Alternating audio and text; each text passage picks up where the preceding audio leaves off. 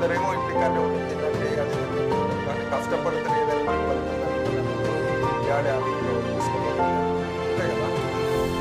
అంటే ఇప్పుడు అన్నా కూడా ఇప్పుడు మీకు ఉండలేను ఎందుకు ఇంత ఇబ్బంది పడుతున్నాను.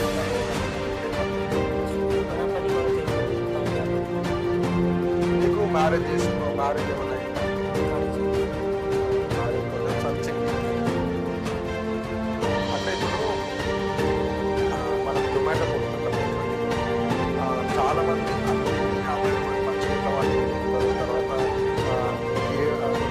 ఇబ్బంది కలగకుండా నీవు ఒక డెలివరీ చేసుకున్నారనుకో అక్కడికి వెళ్ళి డెలివరీ చేస్తున్నప్పుడు అవతల ఉన్నటువంటి కస్టమర్ ఏ విధంగా రిసీవ్ చేసుకుంటారు అంటే నీకు ఈ విధంగా ఉన్నావు కదా అది ఇట్లాంటి కూడా పని చేసుకుంటుంటే అంటే వాళ్ళు ఏ విధంగా మిమ్మల్ని ఇంప్రెస్ అంటే ఏమంటుంది ఇట్లా పోయించిన అన్నా నమస్తే ఎట్లున్నా అట్లా చేసినప్పుడు డెలివరీ ఏమన్నా ఎట్లా అంటే మీ ఫ్యామిలీ బ్యాక్గ్రౌండ్